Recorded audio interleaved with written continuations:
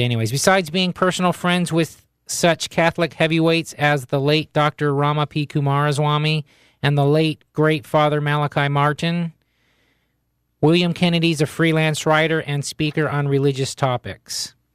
Kennedy's works include subjects like occult history, secret societies, cultural history, and traditional religious thought. His articles have appeared in Sophia, the Journal of Traditional Studies, New Dawn magazine, Ars Coronatorum, and Dagobert's Revenge magazine. William's the author of Lucifer's Lodge, which exposed Satanism and pedophilia in the Catholic Church. And he's just written a fascinating and timely new book called Satanic Crime, A Threat in the New Millennium.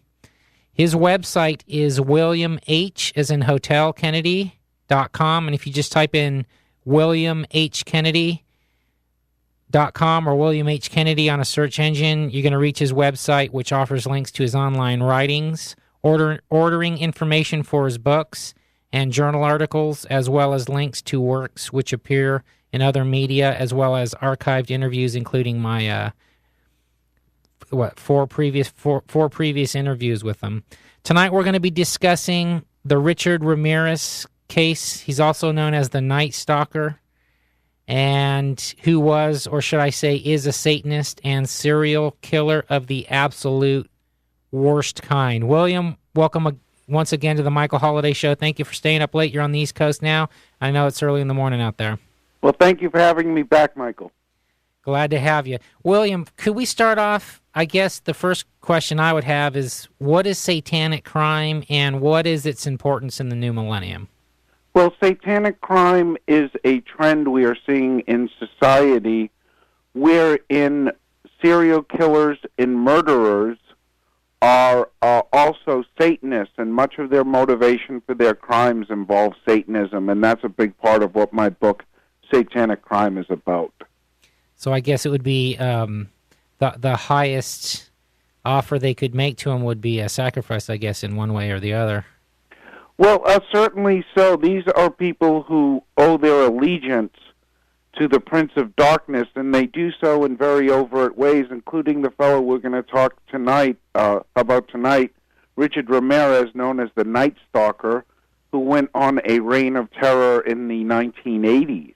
Now, I was living in the Bay Area, California at the time, San Jose, and this was about right before I went in the military, and he was on his killing spree, and nobody knew who the guy was. And actually, there was a cop that lived on our street, and he was saying that they had information about some of the satanic aspects of this, but they were keeping it under wraps because they didn't want to spur any, I guess, copycats or let them on to what they knew. But definitely the police knew that they were dealing with a hardcore satanic killer. I have my own opinions about Richard Ramirez, but I want to get your input.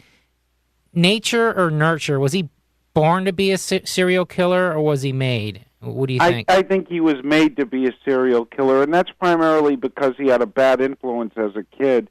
He was born in Texas in 1960 and was in a family with 5 children, and both his parents worked. And he became friends with a cousin of his, his cousin Mike, who was a former Green Beret, who, when Ramirez was a teenager, this fellow cousin Mike used to show him photographs of people he had murdered in Vietnam. And cousin Mike, as I say, was a trained soldier. He taught Ramirez how to kill with knives and how to act stealthily and how to attack a building at night and use shadow and sunset to avoid detection, getting into buildings and such. Right. So he was trained to kill. He became involved with Satanism as a teenager, and eventually he left Texas and went out to California and started his murder spree. So he was a Satanist, and he also had a connection to this crazy cousin who taught him how to kill. Yeah, I remember reading about that in your book, and it seemed like this Vietnam vet cousin Mike was a little off his rocker himself. I mean, didn't he basically kill Vietnamese women after raping them and cutting their heads off and taking pictures and stuff like that? Oh yeah, really. He took Polaroids of these really brutal murders he committed in Vietnam and showed them to Ramirez. And cousin Mike even flipped out and killed his own wife right in front of Richard Ramirez. So there was, problems right from the beginning.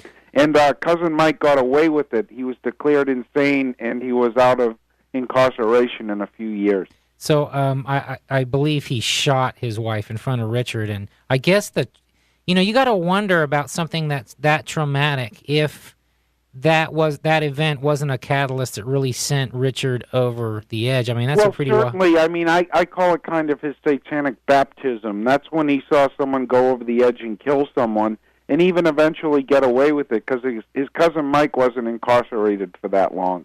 So they found him to be insane, and what was they what was his fate? considered him an insane Vietnam veteran, and the court showed mercy on him and let him go. What was his ultimate fate? Do you know? I think he never went back to murdering. He passed away, I heard, a couple years ago. That's the last I heard of him, but he didn't get in any more trouble after that. Okay, so I guess that was a catalyst, Richard Ramirez. And then from there, I guess Richard, was he in his teens by then, or? He was in his teens then, and he went out to California as a teenager. He had a brother out there, and it's in California as a teenager that he started assaulting women, and later breaking into people's houses and murdering women and men, and also raping and murdering little boys and girls and elderly people as well. Ramirez knew the worst thing to do to a child was to rape them as opposed to murder them, because when he raped them, they'd have to have the misery for the rest of their lives. If he killed them, their suffering was over. So he knew what he was doing. He was thrown in jail for dealing drugs, and it's in prison he became initiated into a satanic group by another inmate. What sort of, not to cut you off there, but I think the drug connection is really interesting. What sort of drugs did he get into, and was this what finally whacked him out, so to speak? Or? Oh, sure. I mean, he started out with LSD, PCP, and marijuana, and moved on to cocaine, which is a much more expensive drug. And certainly, as you see in a lot of cases in satanic crime, drugs really fueled a lot of these serial killers. Now, how about the heavy metal aspect? Was he at the same time? He was a huge fan of heavy metal, AC/DC, Metallica, a huge heavy metal Satanist fan. Okay, so I guess it sort of fueled his aggressive... And, these are all ingredients in Satanism. All right, so it was sort of a witch's brew. I guess the traumatic events in his youth and mixed with the drugs and everything else, and then he's discussing Richard Ramirez, also known as the Night Stalker, and how he got into drugs like LSD and heavy metal music, and then started a petty life of crime. Now, he thought he was protected by the devil from being caught, and evidence would kind of point to that being the case for a while.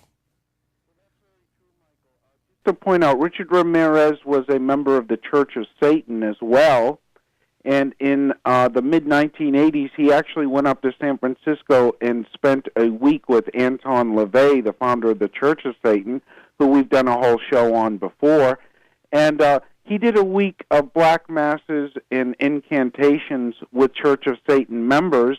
Wow. And then he went out on this bizarre killing spree. Now, it's always been unclear how much Anton LaVey knew about what Ramirez was going to do, and it's often rumored that Richard Ramirez went to San Francisco and actually visited LaVey during some of the murders.